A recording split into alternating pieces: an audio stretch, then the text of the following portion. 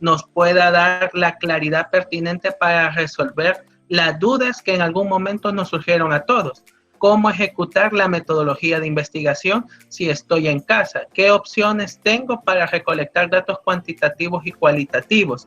¿La validez de mis instrumentos será la misma que tengo en virtualidad? Creo que esos aspectos MEDSI nos va a poder dar esas respuestas que tanto necesitamos, incluso ya viendo que el proceso de investigación sigue con su mismo curso, con las lógicas y con la creatividad para resolver. Déjenme presentarles, Metsi Rosales es investigadora, es nuestra docente en la escuela. Por mucho tiempo lleva siendo ya asesora de tesis y es jefa de prensa de Seguimos Unidas.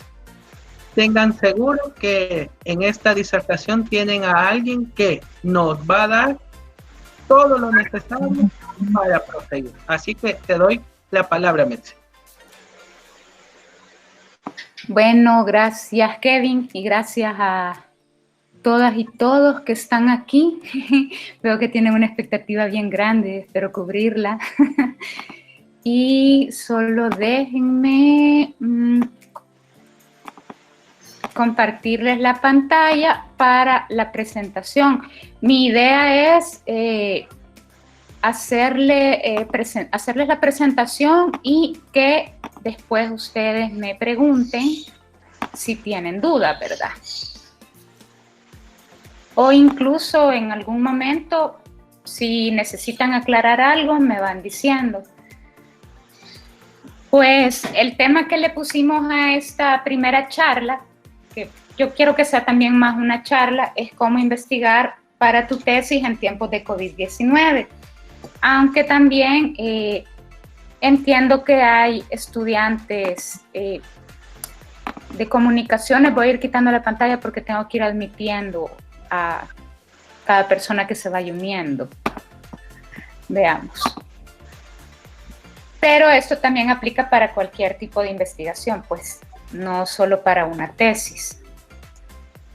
El objetivo de aprendizaje para esta charla es instruirles sobre cómo investigar utilizando el Internet como herramienta y aplicaciones para hacer entrevistas y encuestas en línea, así como a presentar los resultados de sus investigaciones de forma atractiva empleando herramientas como infografías. En las tesis que he asesorado, a mí me gusta bastante que presenten infografías porque esto ayuda mucho mejor a la visualización, no solo de datos estadísticos, sino también de insights que se obtienen de las entrevistas.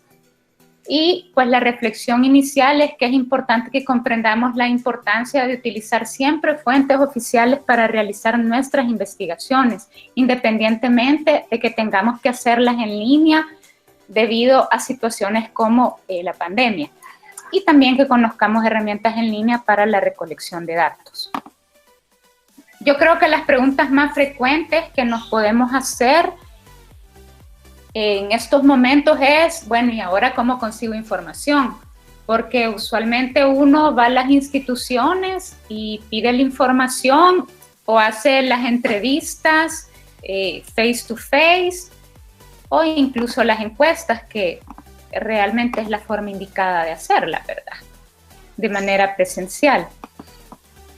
Otra pregunta que nos hacemos frecuentemente es cómo sé que esa fuente es confiable y que la información es veraz, sobre todo porque ahora es como que todo y nada está en Internet. Y sabemos también que hay fake news o que incluso hay sitios web en los que la información no es confiable y no es veraz. La tercera pregunta que nos hemos hecho o que me han hecho los y las tesistas es cómo voy a hacer mis entrevistas, cómo voy a hacer mis encuestas, mis grupos focales. Y la última que planteo y que me equivoqué, es la 4, es cómo presento los resultados de mi investigación. Yo no sé, Erika, si ustedes también pueden admitir a las personas que se van uniendo o solo lo puedo hacer yo.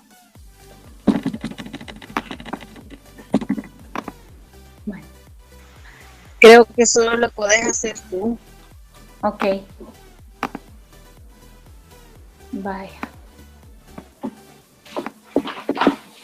se puede ver la presentación. Sí se ve. Sí se ve, ok. Veamos. Vaya. Entonces, sobre la pregunta 1, y ahora cómo consigo la información, pues todo está en la web, o casi todo, ¿verdad? Ahí hay fuentes oficiales, está el gobierno, que tiene sus páginas web, hay fuentes alternativas, que son los centros de pensamiento, organismos de Naciones Unidas, ONGs y universidades.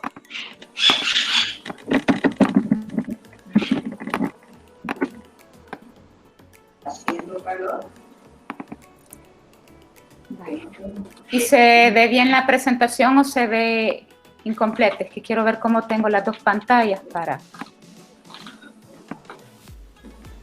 Se ve cortada, Mex.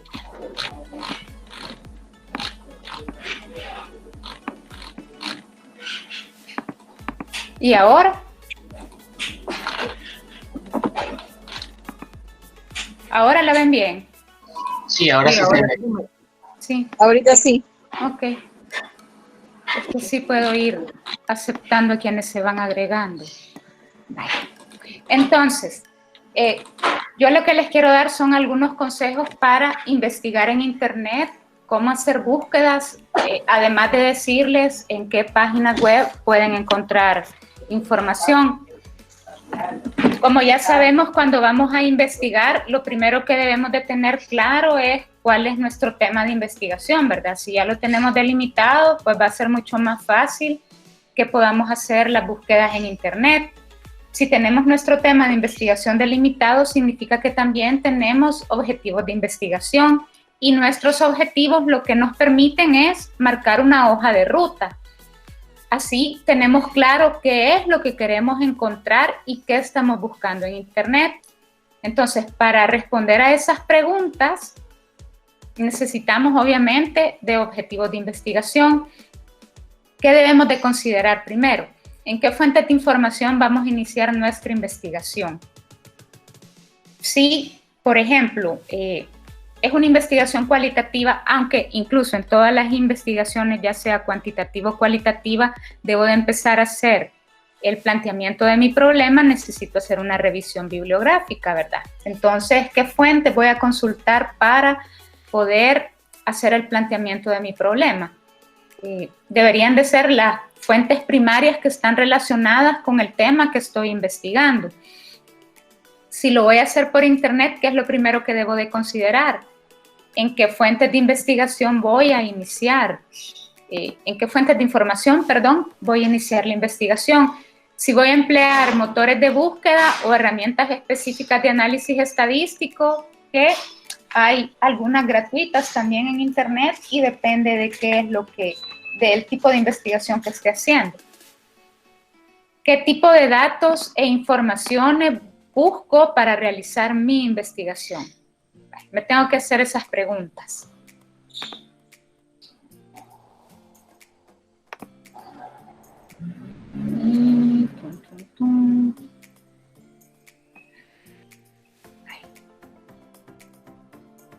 Entonces, lo primero es que seleccionemos palabras claves utilizadas en el tema del que estamos investigando, si es un tema social, empresarial, si es de marketing, si es de política. Si nosotros no tenemos claro cuáles son las palabras clave que podemos utilizar, pues debemos de asesorarnos de las personas que son expertas en esos temas.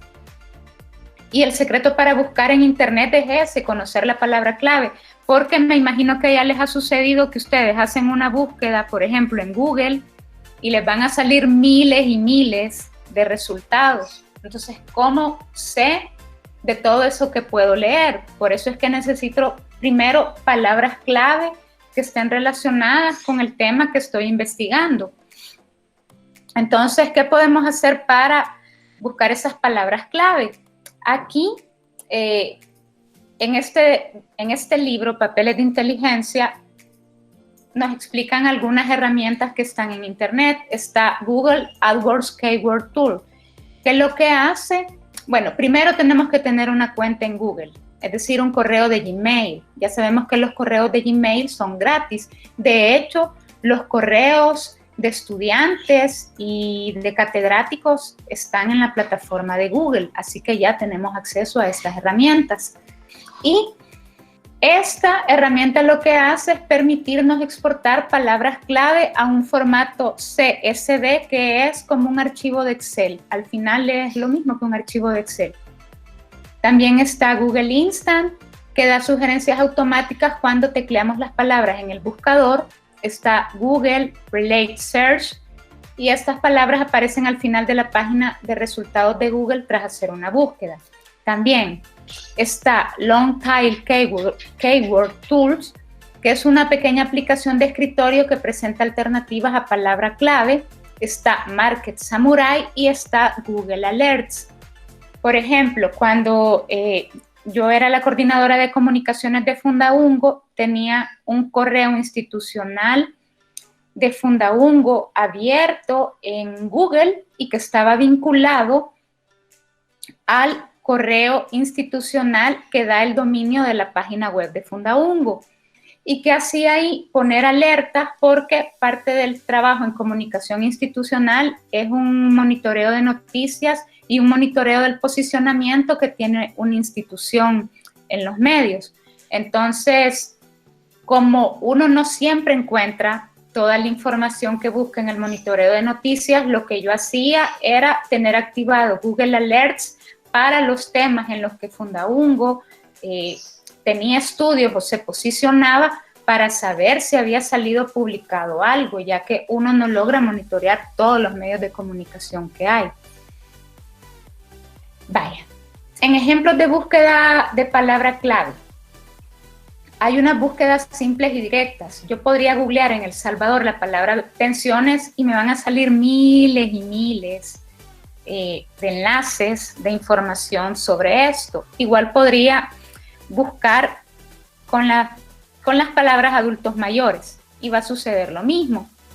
Si yo quiero hacer una búsqueda más específica, puedo utilizar lo que llaman long tail y entonces hago una búsqueda más específica. ¿Qué necesito yo? Estudios de pensiones en El Salvador, pero no le pongo estudios sobre pensiones en El Salvador ni estudios de pensiones en El Salvador, porque lo que va a hacer el buscador va a ser precisamente leer esas preposiciones en, sobre, de.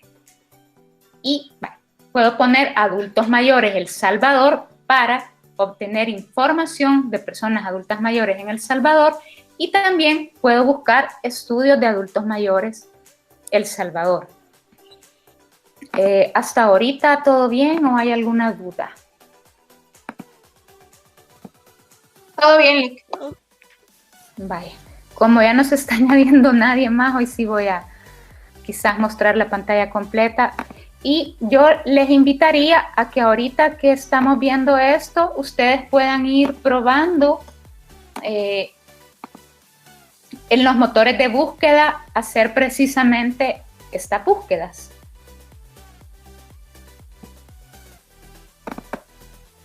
Y van a ver la diferencia de cuando ocupo las palabras clave. Vale. ¿Qué otra cosa puedo hacer? Hacer primero una búsqueda genérica de cada palabra para comprobar que existe información sobre eso. Google también nos da esta herramienta, que es para hacer una búsqueda avanzada. ¿Cómo llego a hacer esto? Lo primero que tengo que hacer es escribir google.com en el buscador, y si me voy aquí abajo donde dice preferencias, doy clic y me voy a búsqueda avanzada. Ahí es donde me aparece este formulario. Entonces yo puedo ir llenando este formulario para buscar algo sobre mi tema de investigación. A ver, alguien coménteme qué tema está investigando y qué le gustaría que buscáramos.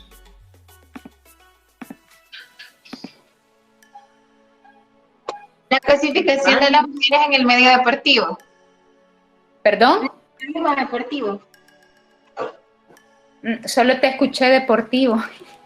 Perdón, la cosificación de las mujeres en el periodismo deportivo.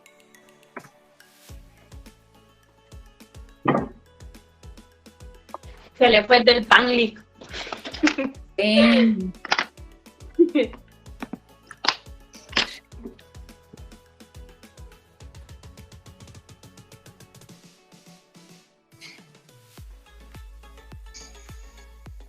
Periodismo, vaya. Luego, tengo que hacer también una diferencia sobre el idioma. Yo podría decir que no quiero que se busque alguna palabra, números en este caso no, realmente no los necesitamos porque no necesitamos una unidad de medida. Palabra, vaya, aquí esto también es importante, usar el entrecomillado para las búsquedas.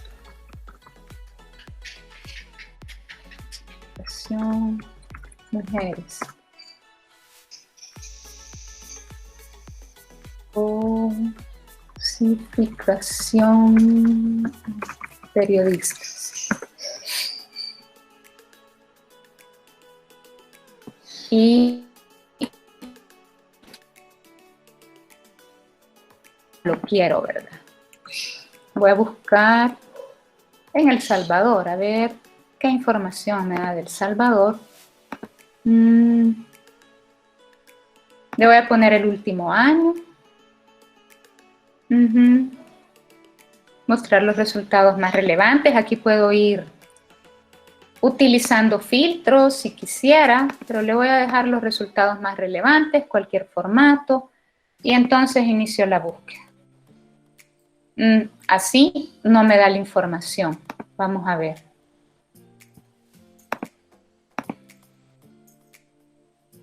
Eso quiere decir que algún dato lo he digitado mal. O puedo hacer lo siguiente, utilizar el signo más.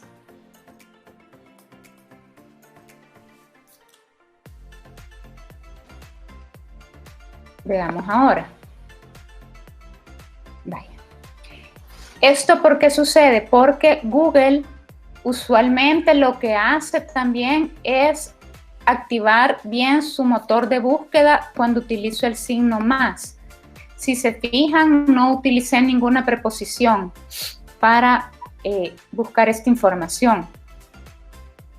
Y bueno, pues ya encuentro documentos que tienen que ver con sexismo y cosificación, que es el tema del que Angie hacía pregunta, y puedo ver que aparecen imágenes sobre esto, que aparecen noticias, en noticias no de una búsqueda, perdón, no de un resultado, luego sí lo da en videos.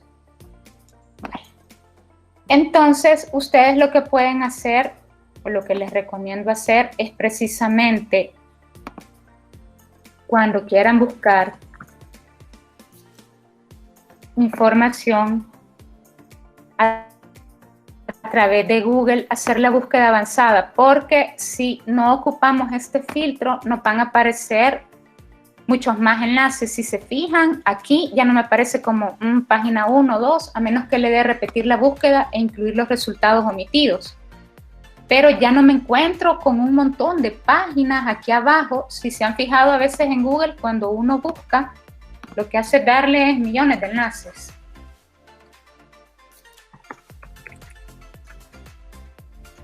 Mujeres, periodismo deportivo, me había dicho, ¿verdad?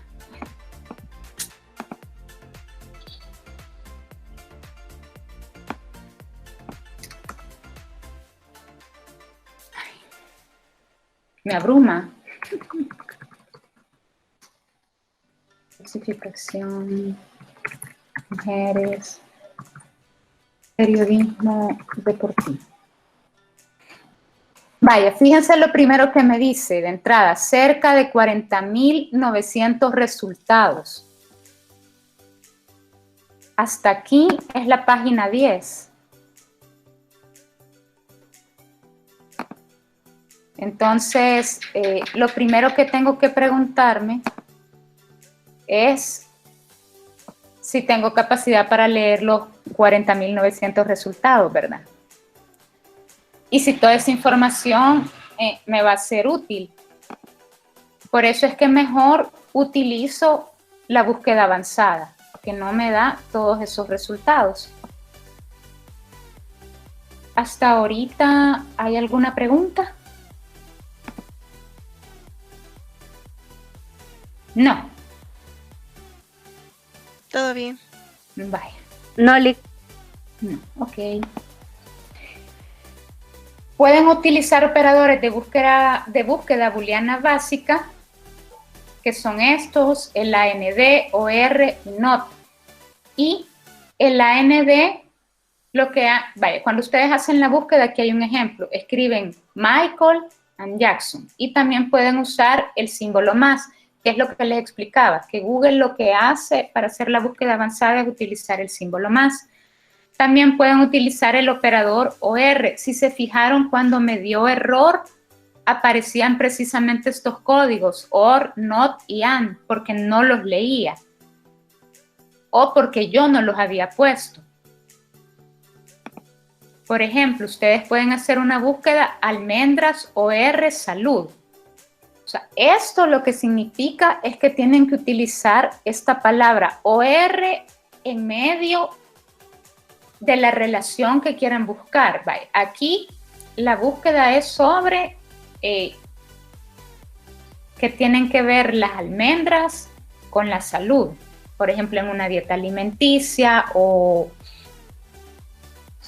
qué privilegios puedo encontrar en las almendras. Por ejemplo, si hago un aceite para la cocina, para belleza, etcétera, etcétera. Y el operador NOT es lo mismo. Lo que hago es agregar esta palabra en medio de la búsqueda. Bueno, me imagino que la mayoría ya sabe que el Manchester es un equipo de fútbol, ¿verdad? Entonces le pongo Manchester Not Football. Y en Google este operador funciona con un guión, Manchester-Fútbol. Igual esta presentación se las mando y que Erika se las comparta, ¿verdad? Y los operadores de búsqueda booleana en Google es lo que les explicaba hace un momento. Lo que se utiliza es el signo más. Y puedo poner John Lennon más Beatles y esta búsqueda solo va a arrojar 514 resultados. A que yo escriba John Lennon menos Beatles, que me va a dar 111 millones.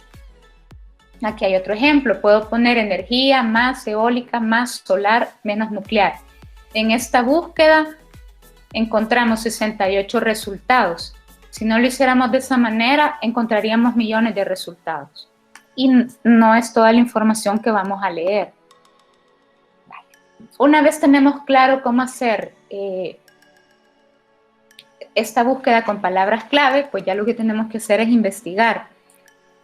Esto lo incluye en la presentación porque siempre es importante citar APA, aunque estemos buscando y tomando la información de la web. Si se fijan, en mi presentación yo he citado APA. Este documento es un libro, es una publicación, pero también está en la web. Entonces, como este texto, estos operadores, no lo he producido yo, lo he retomado y está parafraseado, igual tengo que respetar la autoría intelectual de quien produjo esta información. Igual está acá. Cuando les hago la sugerencia de ocupar estas herramientas, claro, estas herramientas las podemos encontrar en la web, pero quien ha sistematizado esta información es este mismo libro, Papeles de Inteligencia. Entonces debo de respetar la autoría intelectual, aunque esto esté en la web, porque siempre alguien ha producido esta información que estoy retomando. Así que, para recordarles lo de APA, revisé la presentación que Maydi Mejía les hace siempre cuando les da la capacitación de APA sobre cómo citar los sitios web. Así que es importante que ustedes siempre vayan haciendo un registro del sitio web del que están tomando información para su investigación. Y esto es el autor de la página, si es que aparece un autor. Cuando uno se va a las páginas web, usualmente, ¿qué hace? Buscar en el final de esa página cómo se cita. Voy a buscar uno de... Me voy a meter a esta página de Infosegura. Esta página es de Naciones Unidas, pero si yo quiero saber o tengo duda de quién es el autor, porque aquí solo aparece infosegura.org, puedo buscar abajo cómo se debe de citar. Y, por ejemplo, aquí me aparece este nombre. Pero aquí me dice Infosegura Derechos Reservados. Entonces, si yo ocupar información de Infosegura, porque resulta que para mi tesis necesito, o para la investigación que estoy haciendo, por ejemplo, ahorita que estamos con la pandemia y siempre se está escribiendo y se está investigando cómo nos afecta esta situación a las personas, porque no nos afecta de la misma manera, puede ser que yo decida que lo que quiero es investigar cómo le afecta específicamente a las personas adultas mayores. Entonces aquí hay un repositorio y puedo empezar a buscar en el repositorio de Infosegura qué información hay sobre personas adultas mayores, o puede que yo lo quiera enfocar en cómo la pandemia le va a afectar a las personas jóvenes en el tema de educación, de empleo, desempleo, no solo en el tema de salud. Entonces, aquí estoy en el repositorio, pero ya sé que la página web es de Infosegura. Aquí dice 2007 el año, se refiere al año en que se montó la web. Yo lo que me tengo que fijar es en los documentos, entonces, que voy a abrir es quién es el autor de este documento que está en este repositorio de Infosegura y en qué año se publicó este documento. Vaya, este que les estoy poniendo de ejemplo, este es el título del documento. Veamos quién aparece de autor. Usualmente todos los documentos sugieren una forma de citarlo. Aquí está, forma recomendada de citar. ¿Ven cómo aparece? PNUD 2018, informe sobre desarrollo humano. Entonces, yo tengo que tomar esta información para ponerla en la cita de APA. Lo primero que voy a hacer es poner Infosegura. Voy a poner el año en el que yo estoy haciendo la consulta, Infosegura 2020. Y puede ser esa forma o la que yo les sugiero, pero ya eso lo tienen que consultar con Maydi Mejía, es que pongan la forma sugerida de citar que aparece aquí en el documento, PNUD 2018, el título, y después le ponen en, lo que voy a hacer es digitarlo aquí, en este ejemplo. ¿Lo alcanzan a ver? Sí, Lick. Vale. Sí, Lick, se alcanza a ver.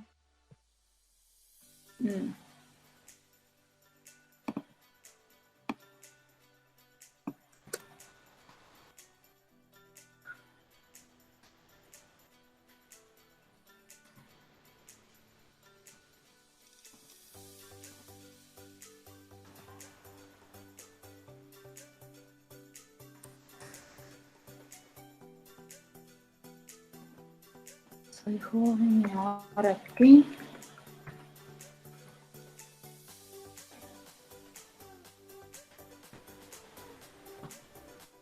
Y aquí le pondría en Infosegura, que es donde he encontrado el documento. También le podría poner así en repositorio de Infosegura. Y luego en recuperado de, lo que hago es copiar el enlace.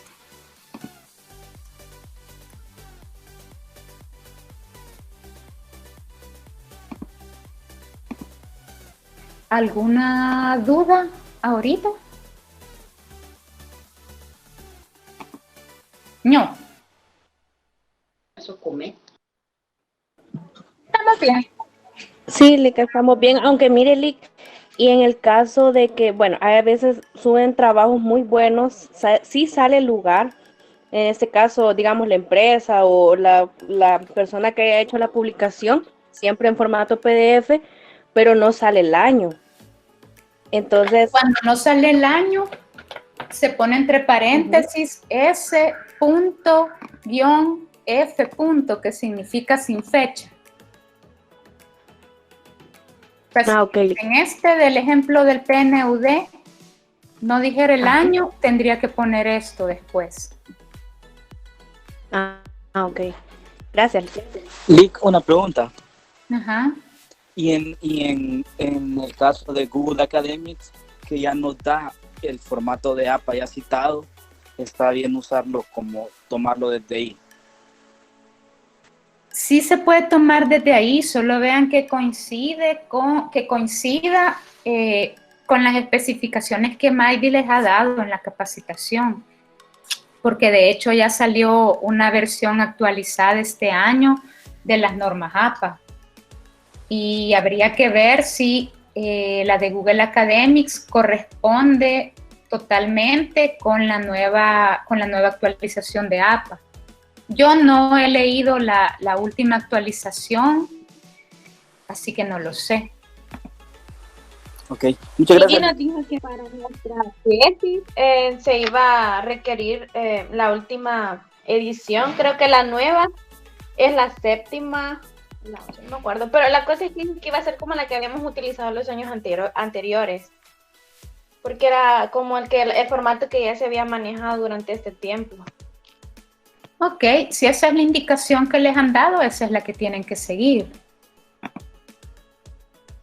Y vaya, lo importante de verdad es que toda la información que consulten de la web, hagan la ficha para que tengan todo esto, porque yo me imagino que ya les ha de haber pasado, a mí ya me ha pasado, que incluso para estas imágenes yo tengo que poner de dónde son tomadas, porque luego, si esta presentación, por ejemplo, la Escuela de Comunicaciones la sube a la web y yo estoy utilizando imágenes que no son de mi propiedad y no las he citado, puedo tener un problema legal. Entonces, es bueno ir haciendo la ficha y el registro de todo lo que estamos tomando de la web. Vaya, a esto no le puse porque son capturas de pantalla que hice desde mi cuenta, pues. Pero fíjense, todas las imágenes vienen de donde provienen, no son propias. Incluso estos iconos, quienes han llevado clases conmigo, les he enseñado que se pueden bajar de non-project y lo que se hace es respetar la fuente, que es lo que pide non-project si uno no las paga. Entonces, siempre es importante hacer el registro de dónde estamos tomando la información para que no parezca que estamos cometiendo plagio. Y si...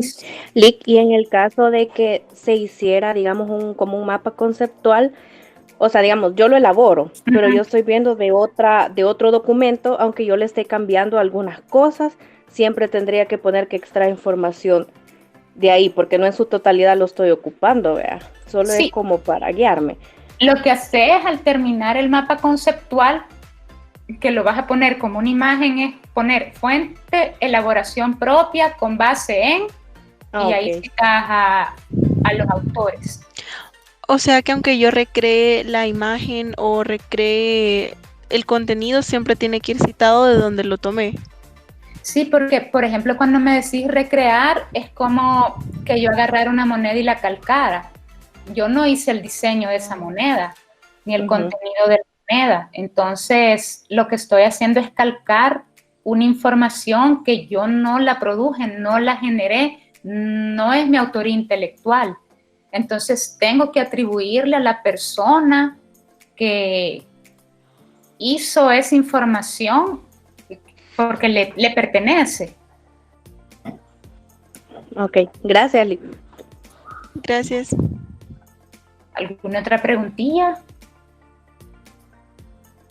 Cuando estaba diciéndole que, por ejemplo, cuando utilizamos alguna información y la parafraseamos, también debe ir, ¿verdad? Porque siempre estamos tomando base de otra publicación. Sí, aunque sea parafraseo, por eso les explicaba que de esos buscadores, o sea, yo sé que existen y están en la web, pero en ese documento están más sintetizados. Algunos ejemplos que he ocupado en esta presentación son propios, otros aparecen del libro, pero al final siempre he puesto la autoría de ellos porque aunque yo haya corregido errores de ortografía y hecho un par de palabras y adaptado, no, o sea, no fue idea mía hacer esa compilación, fue una idea de alguien más. Y no quiero que piensen que estoy plagiando su información, ¿verdad? Tengo una duda. Por ejemplo, si yo necesito la definición de algo y la saco de la RAE, pero necesito copiarla tal cual está en Turnitin, eso me daría como un fallo extra. O sea, me subiría mucho el nivel.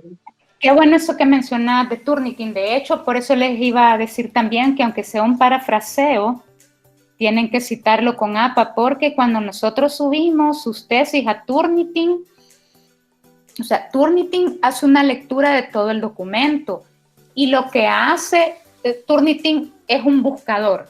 Así como yo busco, digamos, palabras clave, con palabras clave para encontrar información, lo que hace Turnitin con imágenes, con PowerPoint, con texto, es precisamente una búsqueda avanzada de si es información, por ejemplo, la construcción de una oración, la busca a dónde aparece, en imágenes, en sitio web, en PDF, en archivo de Word. Usualmente, ¿qué marca primero siempre Turnitin? Que ya aparece antes el nombre de la universidad, por ejemplo. Y no es que uno al escribir Universidad Dr. José Matías Delgado esté cometiendo plagio, pero lo que hace Turnitin es empezar a leer en la web todos los documentos donde aparece ese nombre.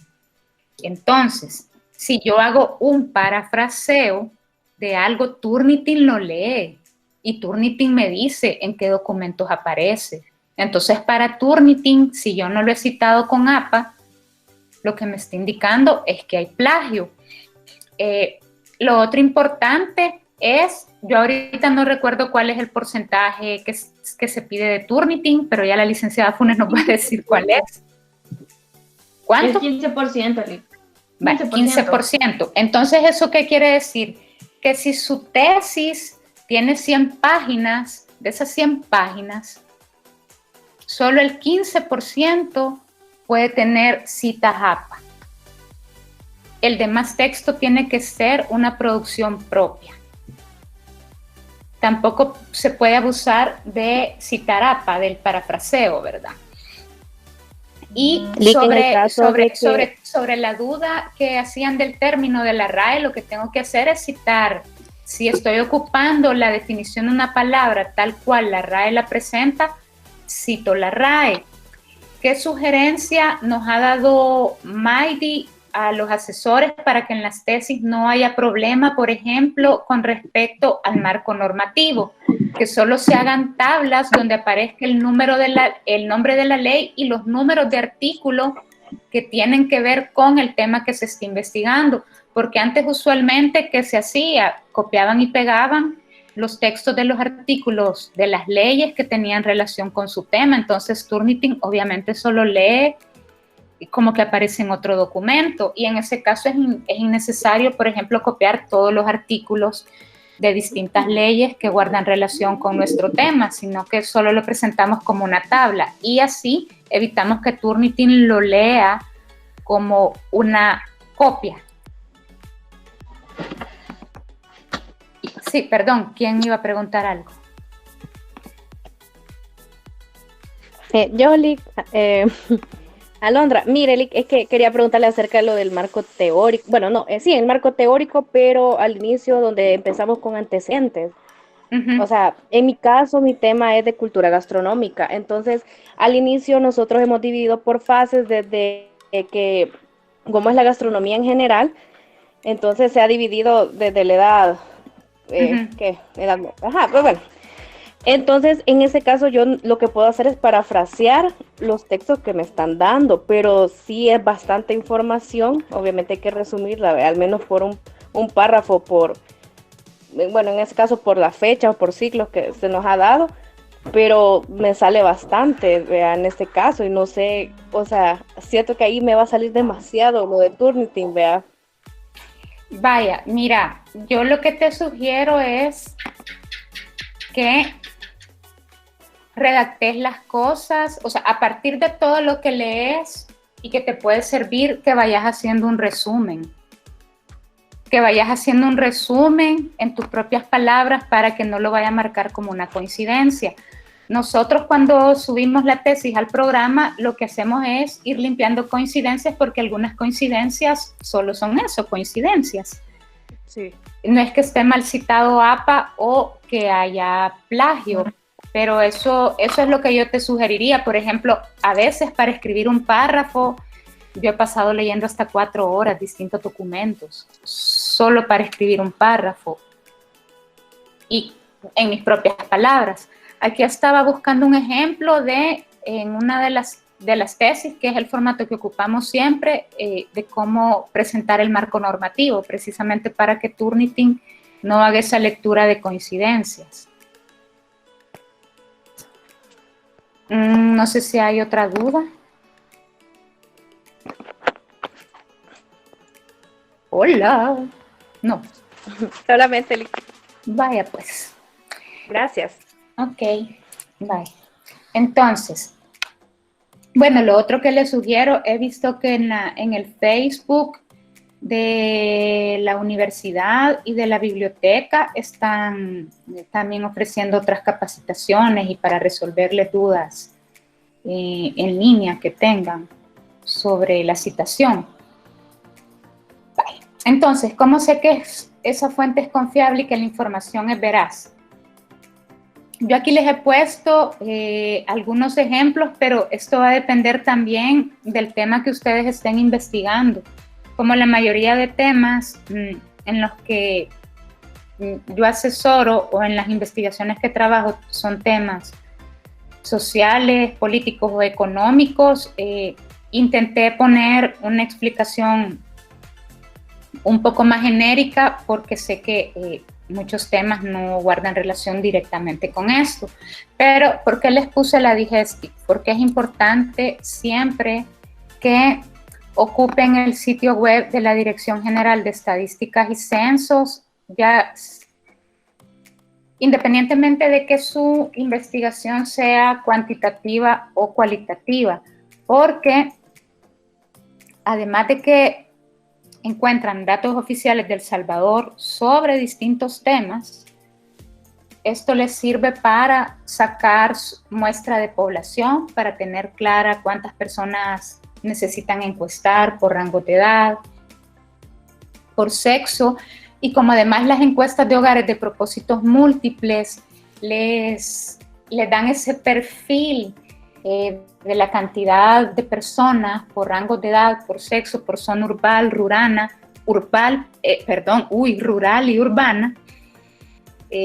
Ustedes pueden construir también perfiles si lo que van a hacer son grupos focales o entrevistas, porque no es al azar que yo decido a quién entrevistar, ¿verdad? Siempre tengo que justificar por qué quiero entrevistar a esa persona o por qué estas personas van a integrar un grupo focal. Tienen que tener un perfil, es decir, características que marquen una diferencia entre ellas para obtener respuestas distintas. Y vaya, en la página web de la Digestic yo encuentro estadísticas económicas. Vaya, por ejemplo, les voy a dar un ejemplo bien sencillo de algo que no tiene que ver necesariamente con investigación, pero es una forma para justificar lo que estoy haciendo.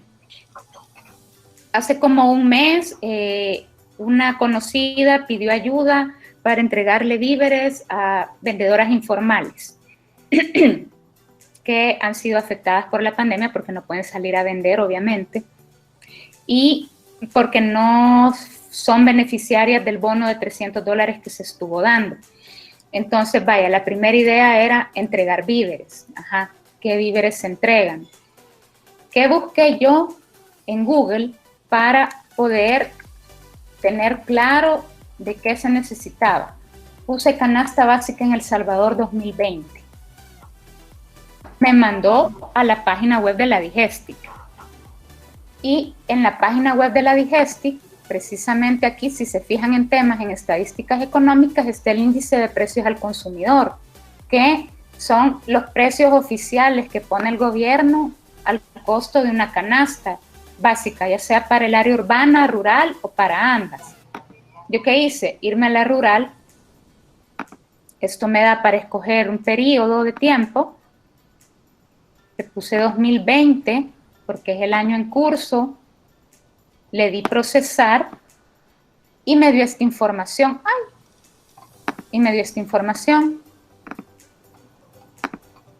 Entonces, ¿para qué me sirvió esto? Primero, para tener claro cuál es el valor de la canasta básica. Cuando empezamos a hacer esa colecta, y digo empezamos porque de las tesis que estoy asesorando, 2 tesistas me han estado ayudando en todo esto de la recolección. Ocupamos como base el precio que aparecía en febrero y lo redondeamos a $146. A marzo, si se fijan, no cambió mucho. Entonces esto nos permitió justificar a la hora de pedir víveres o de pedir donativos en efectivo cuánto cuesta una canasta básica. Porque además una de las discusiones que tuvimos en el grupo que creamos para la colecta fue que en la web hay varias iniciativas de canastas de emergencia, que de hecho así ponen canastas de emergencia, que son por $25 o por $20. Y la información oficial que dice que para un mes una canasta básica cuesta 146 personas y hasta pone el costo diario para una familia que tiene 4 integrantes, usualmente le ponen, uno sabe que las personas no se pueden contar en decimales, ¿verdad? 4.26. Pero a veces, ¿cómo toman en cuenta esta lectura cuando son bebés? Porque un bebé no tiene las mismas necesidades que una persona, que un adolescente o que una persona adulta mayor, por ejemplo. Entonces, estos datos son los que ocupamos como base para entregar estas canastas y para tener una idea de cuál es el costo, porque realmente con $25 uno no entrega una canasta básica.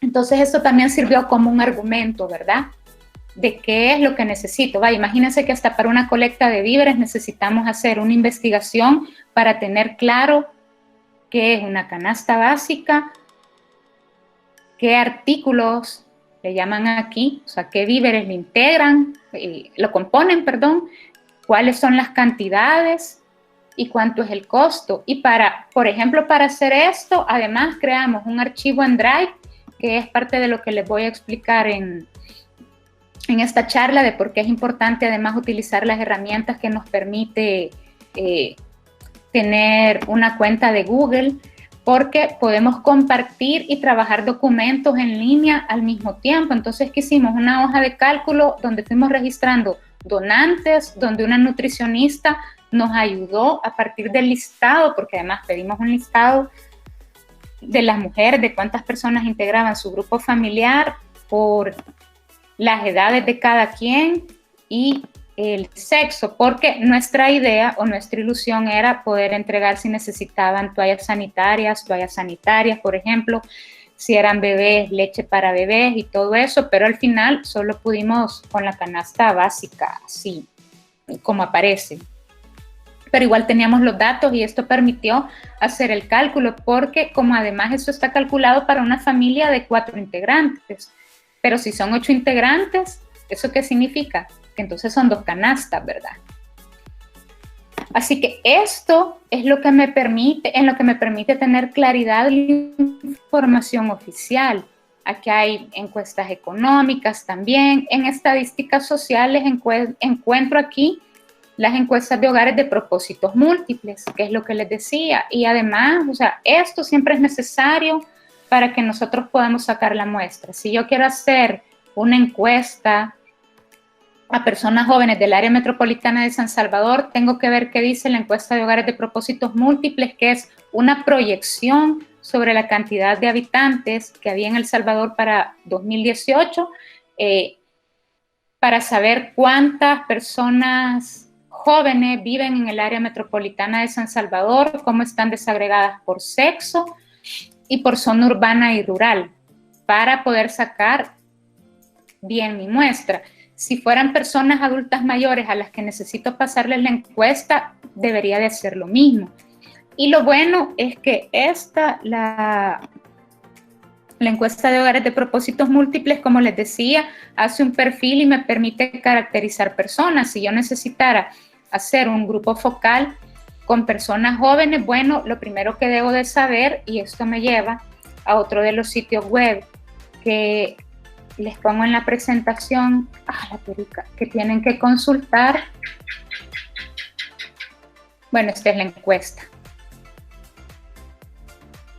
Yo tengo años revisando estos documentos y todavía intento familiarizarme y entenderlos, así que mi sugerencia siempre es que revisen el índice para que les cueste menos buscar la información.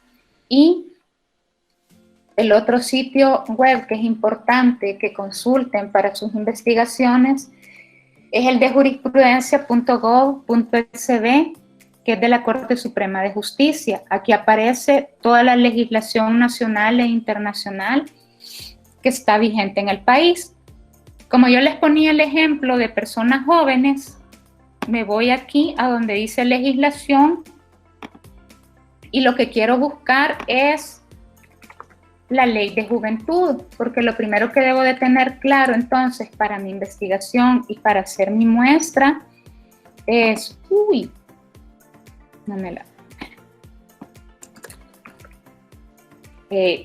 es tener claro, por ejemplo, la ley en El Salvador, cómo define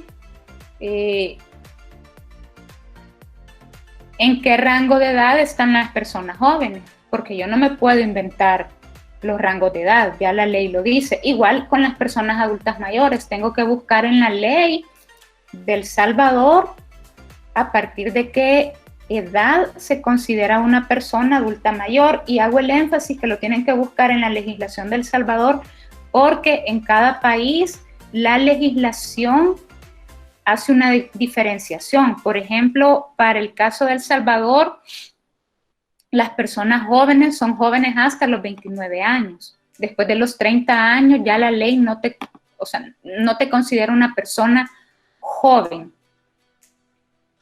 Y de los adultos mayores, ¿quiénes están aquí del grupo que está haciendo esa tesis? Hola.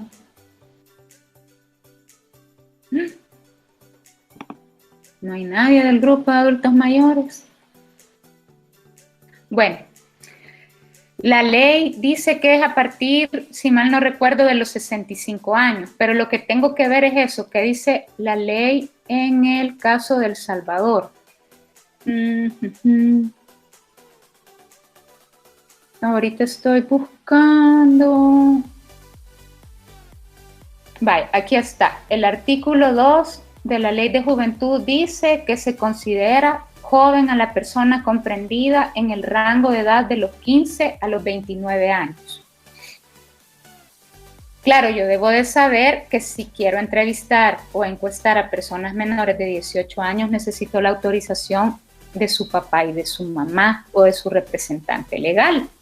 Entonces, ¿qué puedo hacer? Ocupar el rango de 18 a 29 años. Entonces, ese rango de 18 a 29 años, tengo que buscar cómo aparece en las características demográficas.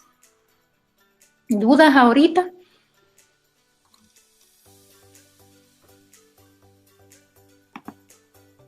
No, Lick, Loli. Loli. ¿todo bien? No, Lick, todo bien. Vaya. Entonces, si me fuera por jóvenes, y vaya, el ejemplo que les ponía, lo que necesito hacer es un grupo focal. La coincidencia que van a tener es que son personas jóvenes entre los 18 y 29 años, pero tengo que buscar que reúnan características distintas que ayuden a que esa muestra sea representativa de las personas jóvenes en El Salvador, porque en ningún rango de edad las personas somos homogéneas, somos heterogéneas, somos distintas. Metzi, Ajá. buenas noches. Hola. Bueno. Perdón. O sea que ya, ¿cómo se dividen ahora esos rangos de edades? Porque veo que es bastante amplio, que digamos joven de 15 a 29. Y los teníamos por adolescente, joven adulto, y esos términos están desfasados. No es que estén desfasados, lo que les estaba explicando es que primero, para tener claro que es una persona joven, hay que ver qué dice la ley. Y la Ley General de Juventud establece el rango de edad para personas jóvenes. Por eso también les decía que si vemos que dice de 15 a 29 años, ya sabemos que si tiene menos de 18 para poder entrevistar o encuestar a una persona menor de edad, necesitamos la autorización de su papá o su mamá o de su representante legal. Claro, dependiendo del tema que estemos investigando, también así podemos tener idea del tipo de respuesta que nos den, porque como bien explicaba usted, dentro de los estudios demográficos hay una diferenciación distinta, se llama grupo etario, y hay grupos etarios de acuerdo a los rangos de edad. Está la niñez, está, como usted bien dijo, está la etapa de la infancia, de la adolescencia, luego de la juventud, la adultez y adulto mayor, y de hecho hay como hasta diferenciaciones entre joven adulto y adulto joven, que son distintas, pero cuando estamos investigando nos tenemos que basar primero en lo que dice la ley de nuestro país. Ok. Entonces, si estamos haciendo el perfil de 18 a 29 años, por ejemplo, vámonos a estas características. Las características de educación no son iguales, entonces los temas que investigamos no nos afectan de la misma manera. Veamos, yo puedo empezar a perfilar. Necesito para grupo focal a hombres y mujeres jóvenes de 18 a 29 años. No me acuerdo, creo que el tema que dijeron era de gastronomía, ¿verdad? Hola. Cultura gastronómica. Ah, perdón, cultura gastronómica. Vaya, si fueran personas jóvenes, lo que investigo de cultura gastronómica no me lo va a responder de la misma manera alguien de la zona rural que alguien de la zona urbana, alguien que ha estudiado hasta bachillerato como alguien que su alfabetización solo comprende que sabe leer y escribir. No me lo va a responder de la misma manera a alguien de acuerdo a su poder adquisitivo, es decir, un joven que trabaja, que tiene un empleo remunerado y que no tiene hijos e hijas que dependan económicamente de él o de ella, podrá tener una visión y unas respuestas distintas sobre cultura gastronómica que las que te va a dar, por ejemplo, una joven que sea vendedor informal en el mercado central o en la tiendona, o las respuestas que te dé un joven bultero de uno de estos mercados, o la respuesta que te dé un joven que trabaje como vigilante en una colonia. A eso me refiero cuando se tienen que hacer perfiles diferentes, o sea, no voy a llevar a mi club de amistades al grupo focal, ¿verdad? Porque entonces no voy a encontrar una riqueza de respuestas. Puedo tomar, incluso, o sea, puedo empezar a pensar de distinta manera, porque si estuviera haciendo esa investigación de cultura gastronómica en el área metropolitana de San Salvador, que son 14 departamentos, las fiestas patronales son distintas. Por ejemplo, mexicano se caracteriza por la yuca. Entonces, probablemente la cultura gastronómica de mexicanos sea distinta a la de San Salvador, e incluso si me voy por colonia. Yo me acuerdo que antes en Madreselva, en Santa Elena, sábado y domingo, hacían unos festivales gastronómicos. seguramente la cultura gastronómica de las personas que viven en Santa Elena y las respuestas que nos den van a ser distintas a las que nos den las personas que viven en Mexicanos o en Tonacatepeque, por darles un ejemplo. Entonces a eso me refiero con que hay que revisar esto para pensar precisamente en perfiles distintos para encontrar información que nos enriquezca. Licenciada. Sí. Sí, buenas tardes, soy Melida Figueroa. Entonces, no sé si estoy comprendiendo erróneamente. No podemos, o sea, tenemos que hacer un perfil específico de acuerdo a las edades, nivel, digamos, educativo, social, económico de las personas a las que vamos a entrevistar. Así es, lo has entendido muy bien, Melida. Ok, gracias. Sí, fíjense que yo a veces soy un poco obsesiva, pero es porque así fue como a mí me enseñaron a investigar. Incluso cuando son perfiles para grupos focales, lo que hago es irme a la Digestic, sacar los datos cuantitativos que hay para en la forma cualitativa buscar un perfil que por lo menos represente a una de las personas que estadísticamente aparecen en la encuesta de hogares de propósitos múltiples. Claro, eso es mucho más trabajo, pero lo que pasa es que se suele malinterpretar que la investigación cualitativa es más fácil porque no tengo que hacer encuesta y ocupar una fórmula estadística para hacer tantas encuestas. Y no es que sea más fácil, lo que pasa es que realmente necesito representar bien y tener claridad en una investigación cualitativa a quienes necesito entrevistar, para qué y cómo voy a obtener una riqueza de respuestas, porque si busco encontrar las mismas respuestas en todas las personas, no le veo sentido realmente a investigar.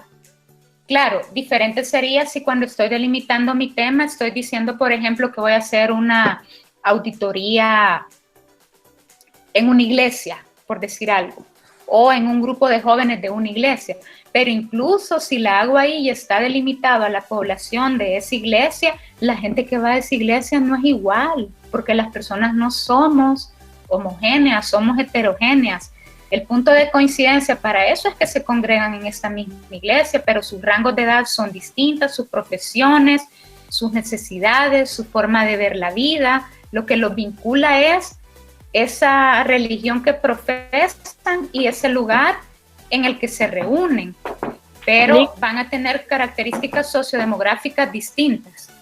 Lick. Ajá, sí. Buenas noches, yo soy Evelyn y mi pregunta es que si en el caso de estar investigando no un grupo, sino que una organización en sí, ¿cómo se podría realizar? Y en el caso de que no haya mucha información sobre esta organización, por ejemplo, si es bastante actual. Vaya, si es una organización, ya sea una ONG, una fundación, siempre deben de tener un organigrama.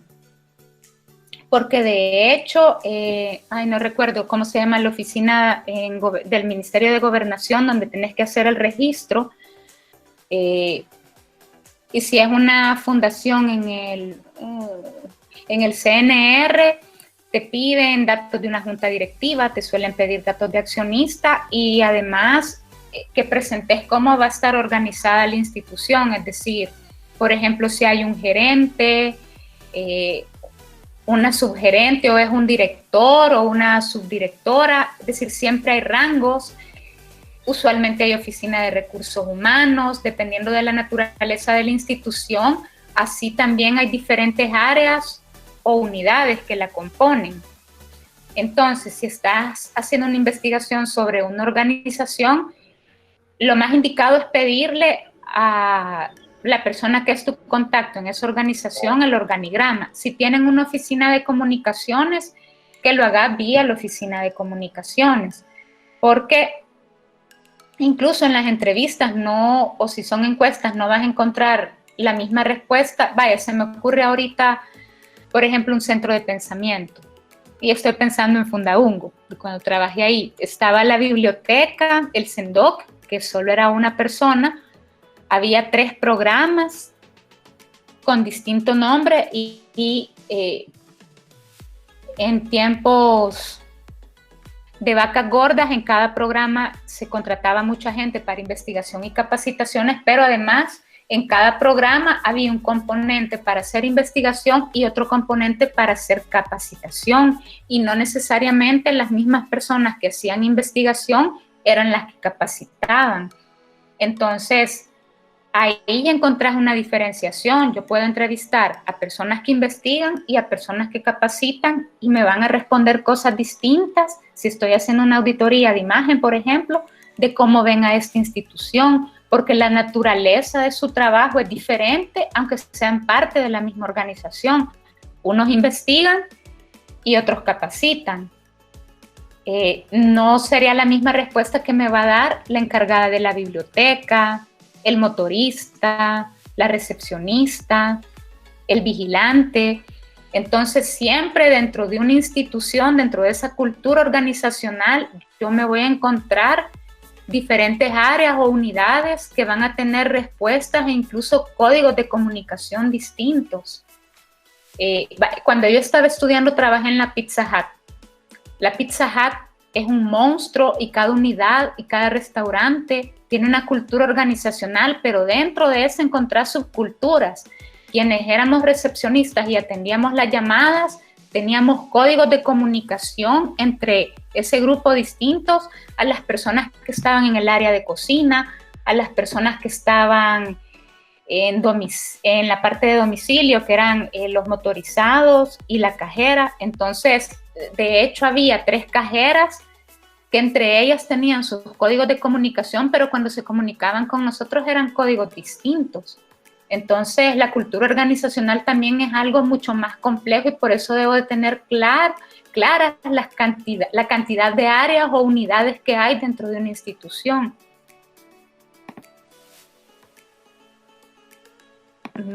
¿Otra duda? Muchísimas gracias.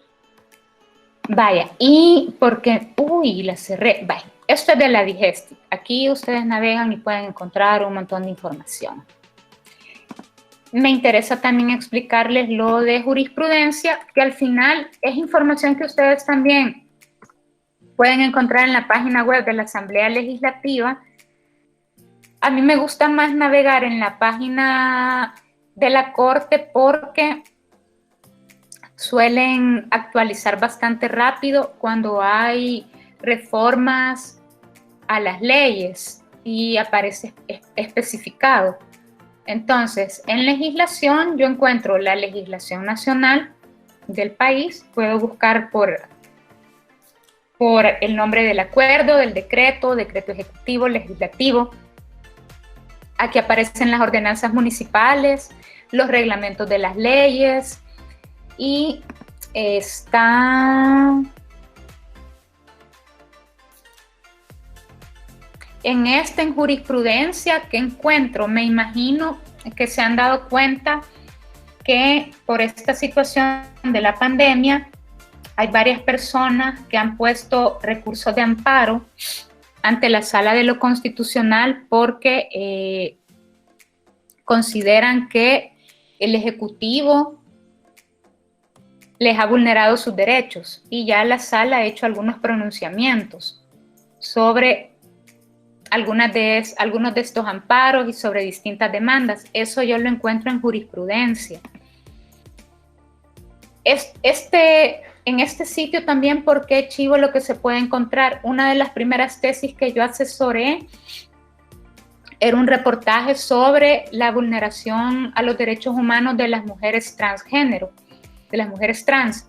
Y la tesista encontró aquí en jurisprudencia 2 resoluciones de la Sala precisamente sobre el derecho a la identidad de 2 mujeres trans distintas. En una, la Sala resolvió que tenían que cambiarle en la alcaldía su documento a la identidad que esta mujer tiene ahora como mujer trans, y habría otra en la que había demandado esa solicitud.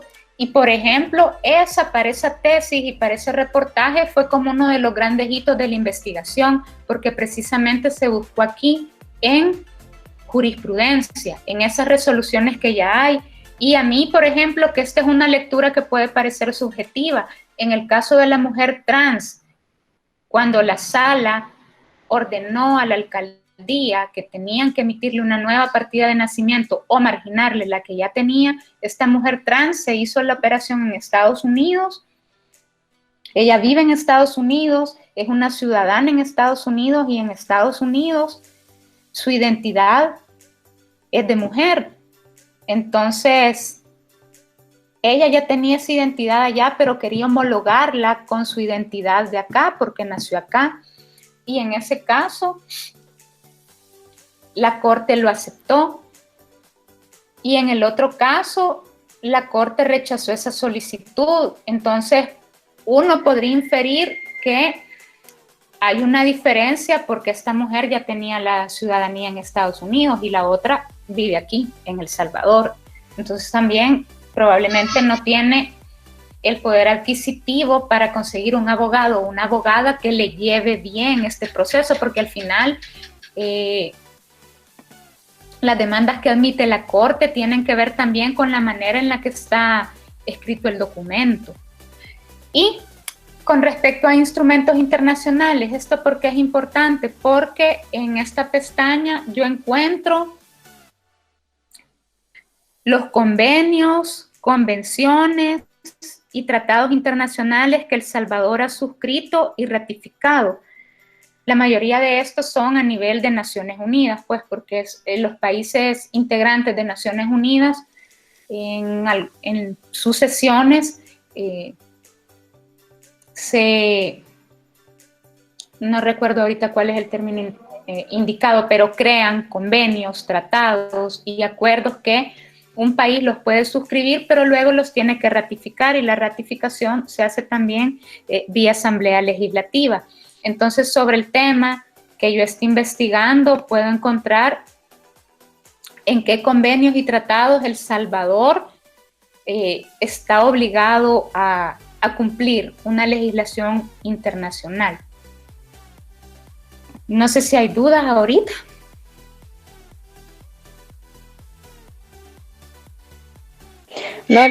No, licenciada. Vale. En la página de la Asamblea Legislativa también pueden encontrar la legislación nacional.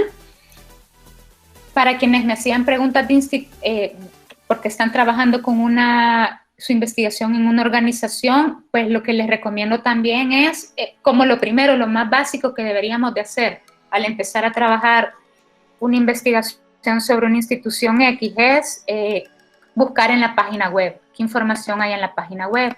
A veces nos podemos encontrar con que la información es muy pobre, pero eso de entrada ya nos da resultados para la investigación. Si lo que yo tengo que hacer es una propuesta de intervención, pues ya tengo claro que la información es escueta, es exigua o no está actualizada en la web, y que es parte del trabajo que tengo que hacer en mi propuesta. Y lo mismo aplica para las redes sociales, ¿verdad? Sí, como ponía Lic Chacón en el chat, en fuentes alternativas, publicaciones, resúmenes, catálogos, registros de comercio, cabal. Eso tiene que ver siempre con su tema de investigación. Lo otro importante es que busquen en repositorios de bibliotecas. La biblioteca de la Matías tiene ya mucha información en línea, hay muchas tesis, muchas investigaciones. Siempre es importante cuando estamos haciendo una investigación o una tesis buscar qué otras tesis hay que guarden relación con mi tema. Primero, porque nos ayudan a no repetir objetivos de investigación, a encontrar ideas novedosas o aristas nuevas de investigación. Si son investigaciones cuantitativas y una hipótesis no la pudieron comprobar, pues no voy a plantear yo la misma hipótesis, ¿verdad? Si no la comprobaron, o si la comprobaron, igual no voy a plantear la misma hipótesis, porque ya sabemos que un requisito de las preguntas de investigación es que desconozcamos las respuestas, y además nos sirven porque tienen instrumentos de investigación. Y a veces, por ejemplo, no sabemos cómo, o no tenemos tanta claridad, más bien, de cómo hacer un análisis de redes sociales, pero resulta que alguien ya lo investigó e hizo un cuadro súper chivo para análisis y categorización de redes sociales, y vengo yo y me encuentro con esa tesis y puedo hacer lo que una de sus compañeras me decía. Si yo, no me acuerdo cuál fue la palabra que utilizó, pero yo voy a ocupar esta. Si yo calco un mapa conceptual, por ejemplo, yo encuentro que hicieron, que tienen un modelo, un cuadro de categorías que me sienta al dedo para mi investigación, porque guarda relación con mi matriz de congruencia, digo, voy a ocupar esta, o voy a ocupar cosas de esta y la voy a mejorar. Pero ese instrumento ya no es solo propio, ¿verdad? Tengo que poner elaboración propia con base en... Pero ya me ayuda porque no voy a partir de cero haciendo mi instrumento de investigación, que puede ser una encuesta, que podría ser incluso una guía de preguntas para una entrevista, o si estoy haciendo análisis de contenido y de discurso en redes sociales, me voy a encontrar con instrumentos que alguien ya hizo y que me pueden servir para aplicarlos, o que puedo tropicalizar a mi investigación. O sea, en esto es importante también porque probablemente no siempre nosotros vamos a producir o inventar un instrumento propio. Seguramente vamos a retomar ideas y eso no está mal.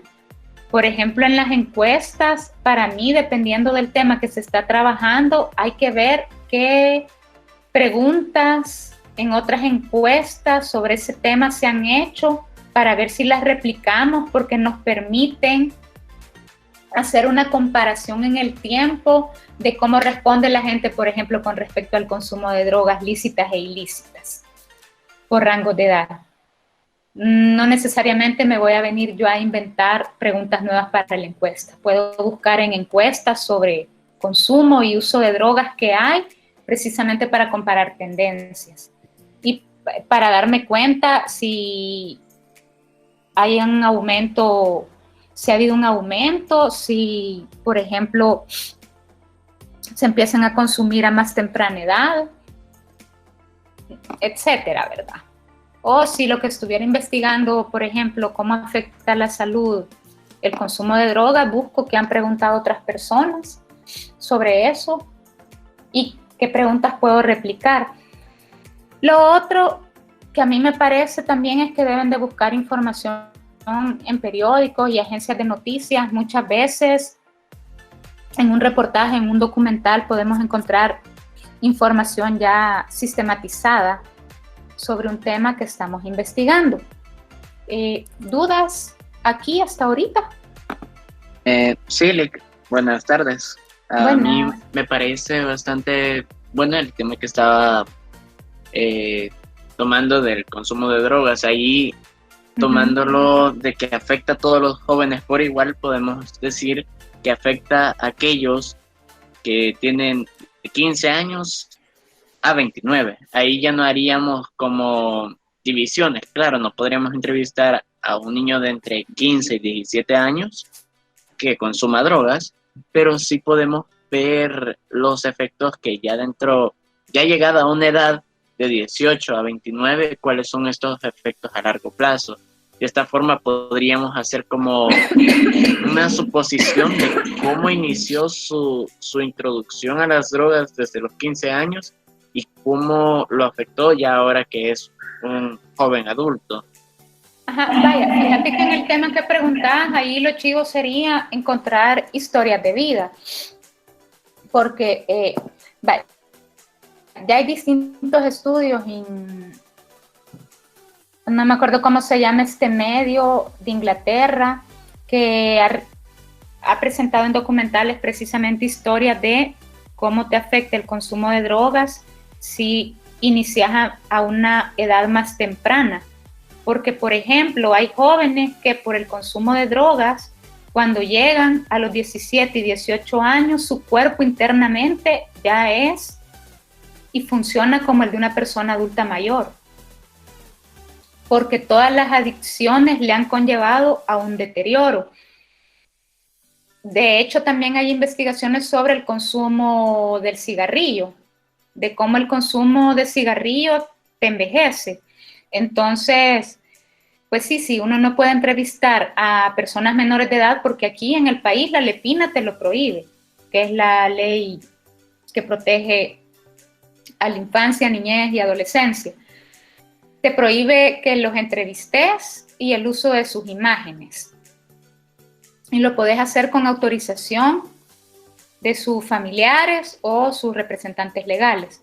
Entonces, digamos, hay como caminos que uno puede buscar. Hay asociaciones en este país, bueno, hay una fundación, ahorita no recuerdo cuál es el nombre, que trabaja precisamente en tema de desintoxicación y que han hecho estudios sobre consumo de drogas y han hecho encuestas nacionales sobre consumo de drogas. Entonces uno lo que podría hacer es, por ejemplo, entrevistar a personas que ya no son adictas porque tuvieron un tratamiento para que te cuenten su historia de vida, a qué edad iniciaron, etcétera, etcétera, y hasta puedes hacer perfiles distintos, porque hay personas que recaen, que están en tratamiento y recaen, y hay otras personas que te dicen que no tienen un problema, que es como la enfermedad del alcoholismo, que hay distintas... no me acuerdo si son ciclos los que le llaman, y hay uno de la negación que no, esto no es una enfermedad, yo lo controlo, no es problema, etcétera, etcétera. Vaya, ahí ya puedes encontrar como 3 perfiles distintos. Y hasta puedes ampliar más tu investigación y le afectará de la misma manera tener un problema de adicciones a un hombre joven que a una mujer joven. Seguramente no les va a afectar igual. En ambos casos van a estar expuestos a violencia sexual, pero habría que ver qué tan recurrente es en los hombres jóvenes que en las mujeres jóvenes que se drogan. Es una alternativa. Y la otra, si tenés un problema de adicción y no tenés un empleo fijo, ¿eso qué te va a conducir? A hurtarle cosas a tu familia, a hurtar para poder consumir, a qué tratos vas a llegar con las personas que te venden la droga. Entonces, con ese mismo tema puedes empezar a construir perfiles distintos de historias diferentes que necesitas para cubrir mejor el tema. Incluso cómo le afecta a la familia, ¿verdad? Porque tiene que haber una afectación para la familia. Okay. Vaya. Y la tercera pregunta que la mayoría se hace, bueno, ¿y cómo voy a hacer mis entrevistas, mis encuestas? ¿Cómo voy a hacer mis grupos focales?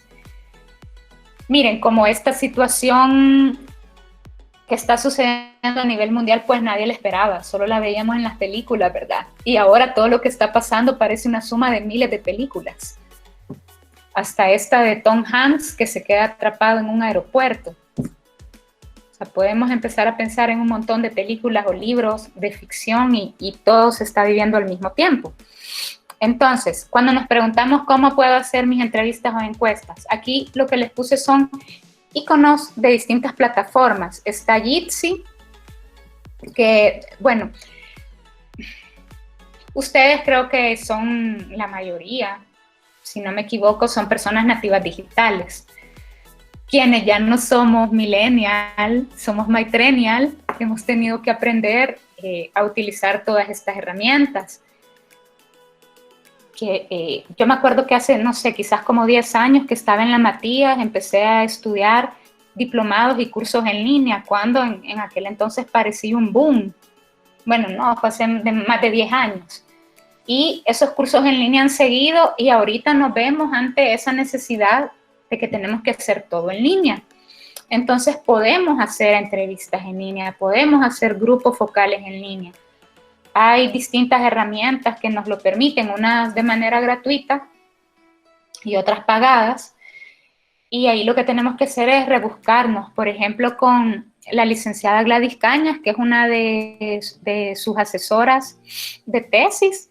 Ella ganó una consultoría para escribir un libro que era una memoria de una institución y ella me subcontrató a mí para hacer entrevistas y este libro tenía que recoger la historia de una institución en toda la región, porque la institución tenía presencia en toda la región, pero la consultoría no incluía que íbamos a viajar a hacer las entrevistas. Entonces, esas entrevistas las hicimos por Skype.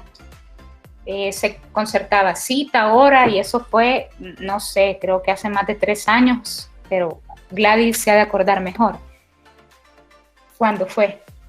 Y bueno, la ventaja es que Skype te permite grabar. Puedes hacer videollamada o solo llamada y te permite grabar ambas cosas de manera gratuita. Está Jitsi. Yo he estado en reuniones por Jitsi y también en clases, porque estoy en unas escuelas de debate y las clases las hemos estado teniendo en Jitsi. En uno de mis trabajos nos reunimos por Ring. Ya les digo el nombre exacto, que yo siempre se lo cambio. Nos reunimos en esta plataforma que se llama Ring Central, de este icono. Esa yo entiendo que es pagada, yo nunca he hecho una reunión ahí, pero lo que hacen es, así como les copiamos los datos, a mí mis jefas me los envían y tenemos la reunión. Está Zoomuse, que ustedes lo pueden vincular a Facebook y también les permite hacer videollamada. Está Meet, que es la plataforma que estamos utilizando ahorita, y también WhatsApp. Yo he hecho muchas entrevistas vía WhatsApp, ya sea enviando las preguntas y que me responden por voice note, o haciendo videollamada y pidiendo permiso para grabarlo. Claro, necesito tener una grabadora, ¿verdad? Si ocupo esta plataforma de WhatsApp, porque no me da la posibilidad automáticamente de grabar la conversación. Estas son las herramientas que yo conozco. Seguramente ha de haber más para poder hacer entrevistas en línea, ¿verdad? Pero bueno, están estas. Y para hacer encuestas en línea está SurveyMonkey, pero usualmente para las investigaciones que a mí me toca hacer o en las que asesoro, lo que ocupamos son los formularios de Google, porque son gratuitos. Yo recuerdo que SurveyMonkey te deja hacer de manera gratuita hasta cierta cantidad de preguntas. Entonces, ya que tienen usuarios en Google, en Gmail, pues lo mejor es que ocupen aquí los formularios para hacer encuestas. Uy, no sé por qué no me aparecen esto, quiero ver.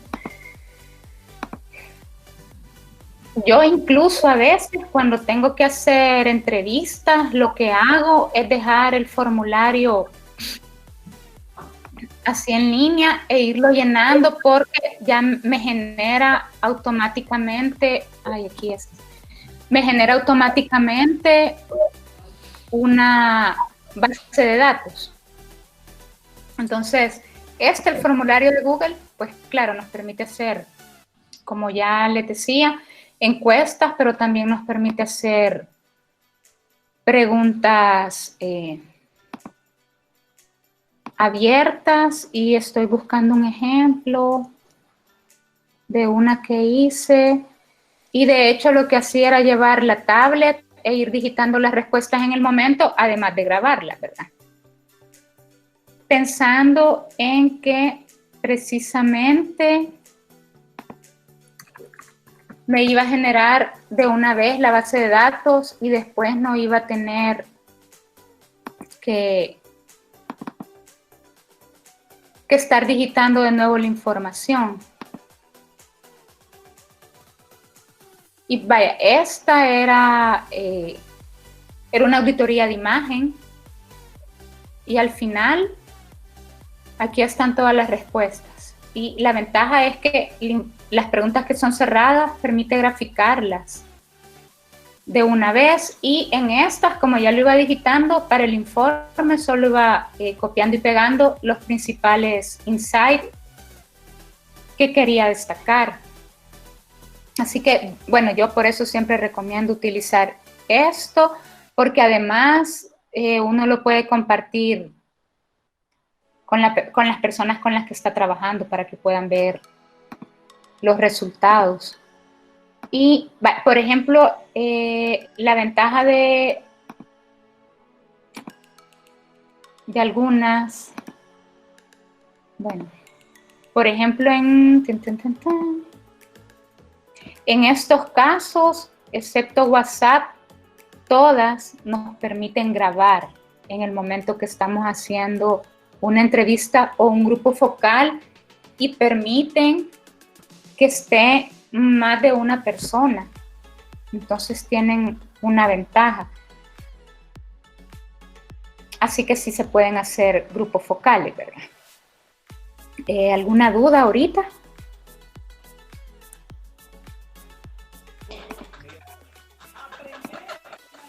No, listo, está claro. Vaya. Y manda. Y este SurveyMonkey es igual que los formularios de Google en el sentido de que se puede mandar el link a un correo para que puedan ver las encuestas. Sí, te genera también un enlace para eso, solo que yo lo que no recuerdo ahorita es el límite de preguntas que te permite hacer. Solo porque 10. después ya te cobra. Ah, solo son 10. Solo 10 Okay. preguntas en el gratuito. Pero tiene la ventaja que si vas a comprarlo, vas llenando el perfil del usuario y dependiendo tus necesidades, por lo general cuando son instituciones académicas, que ya sean estudiantes o docentes, tira un perfil diferente de oferta, que es más cómodo que las ofertas generales. Ok, muchas gracias. Ahí por los $25-35. Ok. Gracias. Vaya. Y lo último que les quería mencionar es cómo presento los resultados de mi investigación. Aquí hay una serie de sitios web que permiten hacer no solo infografías, sino presentaciones en línea, que, como les decía, con quienes han llevado prensa conmigo o periodismo, y las tesis lo hemos visto precisamente para que presenten de una manera más amigable los resultados de sus investigaciones. Y todos estos sitios tienen una parte gratuita y una parte pagada. Mi sugerencia es que lo vinculen con su correo de Gmail o con Facebook. En lugar de estar creando nuevas cuentas, ¿verdad? Y solo les voy a mostrar Canva porque quiero ver si tienen preguntas. Porque todos se parecen. Vaya, por ejemplo, en Jessica Guevara, una de mis tesistas, me ayudó desde un inicio en la colecta a hacer artes para pedir los fondos y luego para ir informando, ¿verdad? Como el tema de la colecta para las canastas. Y con las plantillas que ella hizo, por ejemplo, en ese diseño que ella creó, yo monté el primer informe de entrega. Y esto, ¿cómo funciona Canva y estas plantillas? Funcionan como funciona PowerPoint. O sea, yo puedo meter texto, puedo meter imagen, etcétera, etcétera, y me permite descargarlo. Yo lo que hice fue descargarlo como imagen. Aquí, ¿en qué hay que tener cuidado? Algunos de los iconos que tienen estas herramientas se pagan. Suele aparecer un precio. Si yo ocupo un icono en el que hay que pagar, no me va a permitir descargarla. Y a veces me deja utilizar algunas imágenes si no las pago, pero obviamente le pone su marca de agua, como la de este pickup que aparece aquí. Como yo no quise pagar por el icono, me ponen marca de agua que es Canva. Entonces cuando yo bajo la imagen aparece esa marca de agua, pues, pero yo no tengo ningún problema con eso. y entonces uno solo lo descarga. Bueno, ahora ya veo que ya está cobrando por esta, pero lo chivo de cuando trabajan esto así es que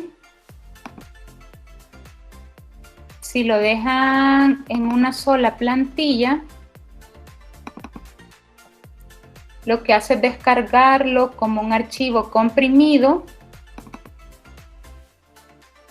y cuando ustedes lo abren ya está en orden cada imagen, ¿ve? Ay.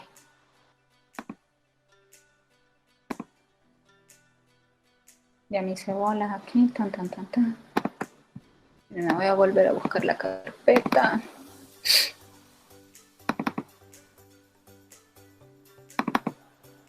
Bueno, ya está en orden y por ejemplo, si yo selecciono todo esto y solo por ejercicio, se los voy a copiar y pegar aquí en el chat. Si se meten al chat van a ver que aparecen ya todas las imágenes en orden. Entonces, si yo las subo a un álbum, ya van ordenadas y las va pasando tal cual, tal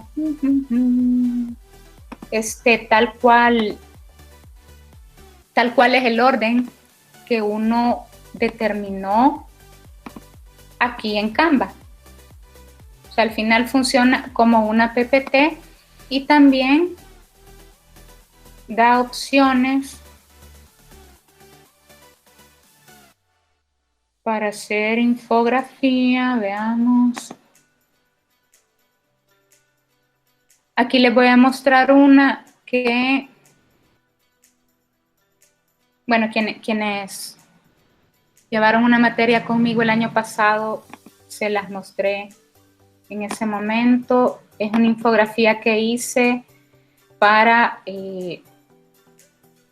Temporada de Leonas, un podcast que tenemos y era sobre acoso sexual. Vaya, todo esto lo hice en una plantilla de Canva. Y pues solo es buscar la información que vamos a poner, ¿verdad? Y algunos iconos los tomé de este sitio, de No Project, que es lo que les explicaba también en la presentación, que aparecen algunos. La búsqueda se hace en inglés. Yo puedo obtenerlo de dos maneras, puedo pagarlo o puedo obtenerlo de manera gratuita. Cuando lo obtengo de manera gratuita, automáticamente yo me comprometo con que voy a respetar la autoría. Entonces esta imagen me la va a descargar con esto. Se puede descargar como un archivo de imagen o como un archivo de vector para trabajarlo en Illustrator, pero siempre tengo que respetar la autoría. Es lo que les decía casi al inicio de la presentación, que siempre hay que respetar la autoría intelectual de todo lo que utilizamos, incluso si es para una presentación, porque si no, lo que estamos haciendo es cometer plagio. Y como les voy a compartir la presentación, pues ahí van a ir todos los enlaces de los sitios que yo conozco para hacer, ¿cómo se llama? Infografías, y que también tienen para hacer presentaciones como PowerPoint, y ustedes naveguen en ellos.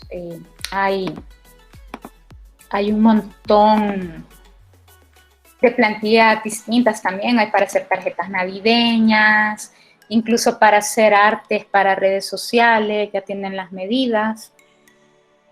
Y yo suelo ocuparlos para la entrega de informes porque eso le da una mejor visualización a las cosas. Si tienen alguna duda, me preguntan ahorita y así les enseño un ejemplo de un reporte que ya incluye, de un reporte de investigación que incluye algunas de estas herramientas.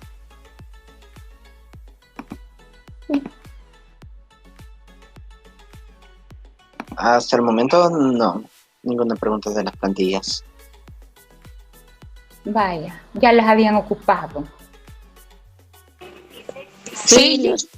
Sí. La verdad que es una buena Tiene herramienta y razón. no la había tomado en cuenta para esto, Lick. Así que gracias, Bea. Sí, recuérdense que aunque en su exposición de resultados tienen que lucir sus resultados, es una venta del trabajo que han hecho en la investigación, y si ustedes no lo logran visualizar bien, es como que todo ese trabajo se invisibiliza, ¿verdad?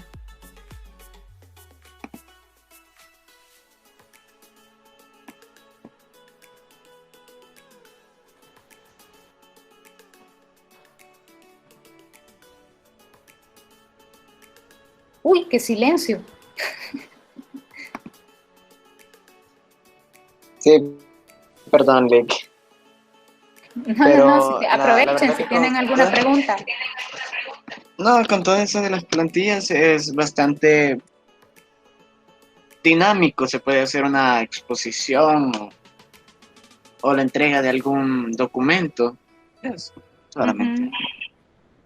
Como usted dice, Lick, hay que vender nuestro trabajo, ya sea si solamente es una presentación o un documento. El punto es crear un buen trabajo que llame la atención y que de verdad sea, bueno, en este caso lo podemos hacer de una manera bastante creativa. Sí, fíjense que, bueno, yo sé que son naturalezas distintas de carrera, pero por ejemplo en la escuela de diseño les piden la tesis diseñada. Entonces, a mí lo que me parece interesante de cuando le piden a alguien una tesis diseñada es precisamente cómo visualizas la información, porque creo que podemos coincidir en que cuando uno va a revisar tesis, claro, también si te gusta la investigación, te gusta estar leyendo, ¿verdad? Pero usualmente todas tienen una presentación muy plana. Y eso de repente cansa visualmente. Ya encontré el informe que les quería enseñar.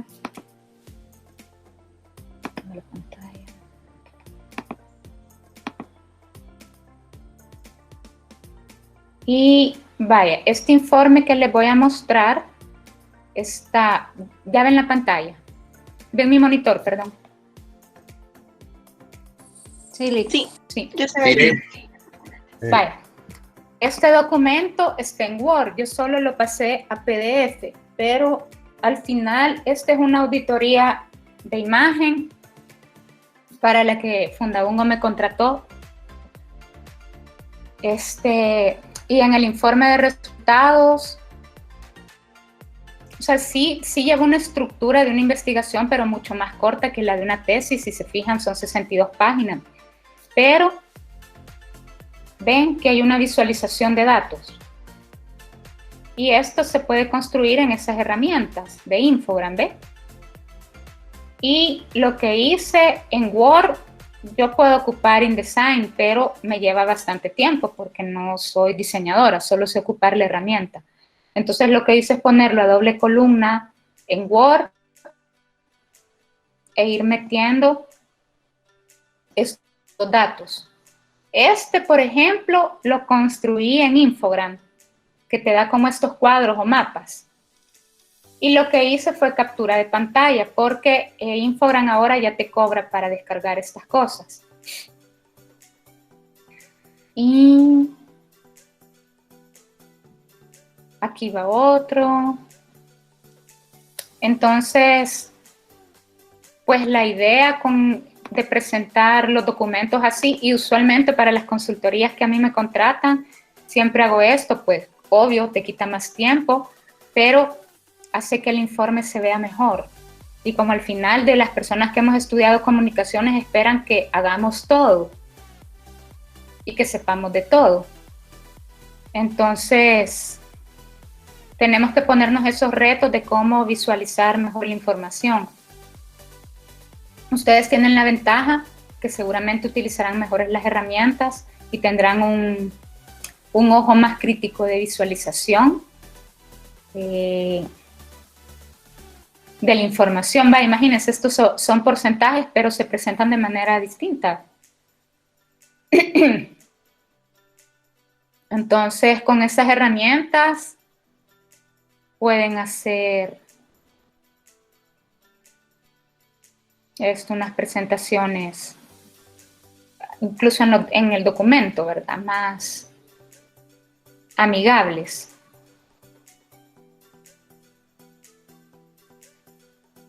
Y también piensen en quienes están haciendo, bueno, no sé si hay auditorías de imagen, pero seguramente si hay estudios de marketing, que además el marketing es precisamente posicionar las cosas de manera atractiva.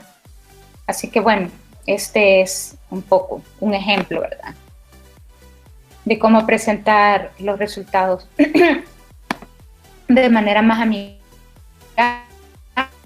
Y bueno, siempre recordemos que es importante la bibliografía, ¿verdad? Y pues eso, gracias.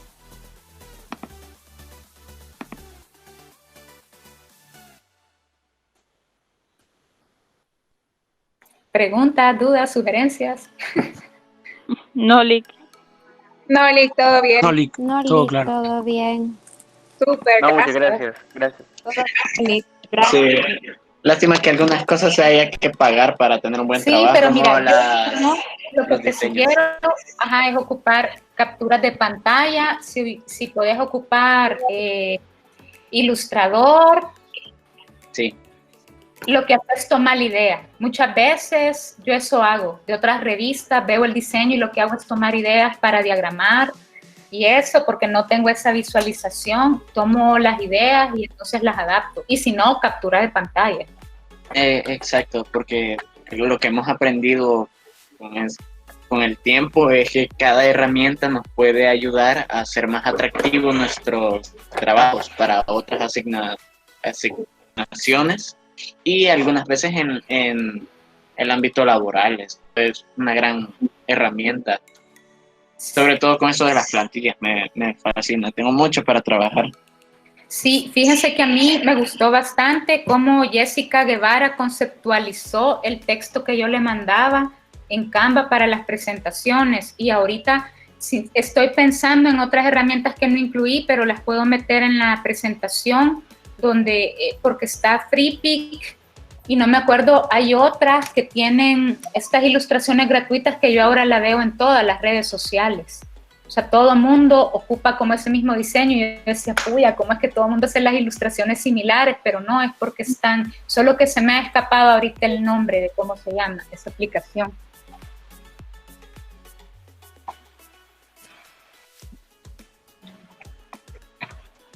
Lichacón. No, muchas gracias, Messi. Interesante, buen planteamiento. Yo creo que les ayuda a los estudiantes a ver qué es lo que van a hacer desde las casas ahora. Les cuento que la otra semana lo que vamos a hacer es darle continuidad a esto, precisamente del último punto que planteó Messi, para ver cómo se pueden hacer los análisis de las empresas y cómo se puede conseguir la información básica ahora en tiempos de pandemia, para poder hacer un diagnóstico de la empresa y después hacer la propuesta. Y entonces, de una sola vez los invitamos para la otra semana, ¿no?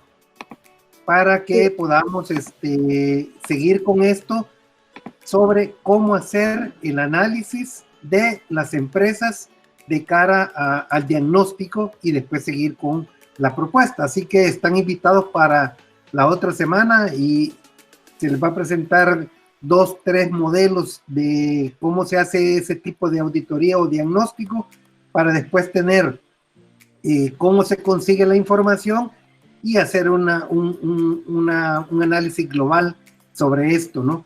Dado que ahora no podemos hacer ni muchas encuestas, ni muchas entrevistas, ni muchos focus, o sea, y por la parte digital tampoco es fácil hacerlo porque mucha gente está ocupada en reuniones de este tipo, ¿no?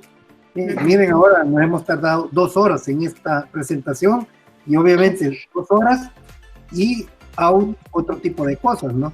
Entonces, pero bien, muchas gracias Messi, muchas gracias Erika, muchas gracias Kevin y a ustedes muchas gracias por haber participado, ¿no? Cualquier cosa estamos pendientes. Y solo esto era el que les decía, por ejemplo, para esta tarjeta navideña, estos son, me imagino que ustedes han visto estas ilustraciones un montón en redes sociales, y ya encontré que en efecto es de Fripic. Y esto, por ejemplo, yo lo ocupé para hacer la tarjeta navideña. Entonces, piensen en eso, en cómo van a visualizar los resultados de sus investigaciones utilizando herramientas gratuitas. Vean. Solo quería, ya que la encontré, quería cerrar con eso. Ok, bueno chicos, les agradecemos un montón su participación. Voy a estar enviándoles el link para el próximo miércoles, siempre a las 6 de la tarde. Nos vemos siempre por este mismo medio, a través de sus asesores y del grupo de egresados les va a llegar a los tesistas el link, y a los demás invitados de las otras clases yo se los hago llegar por correo también para que lo compartan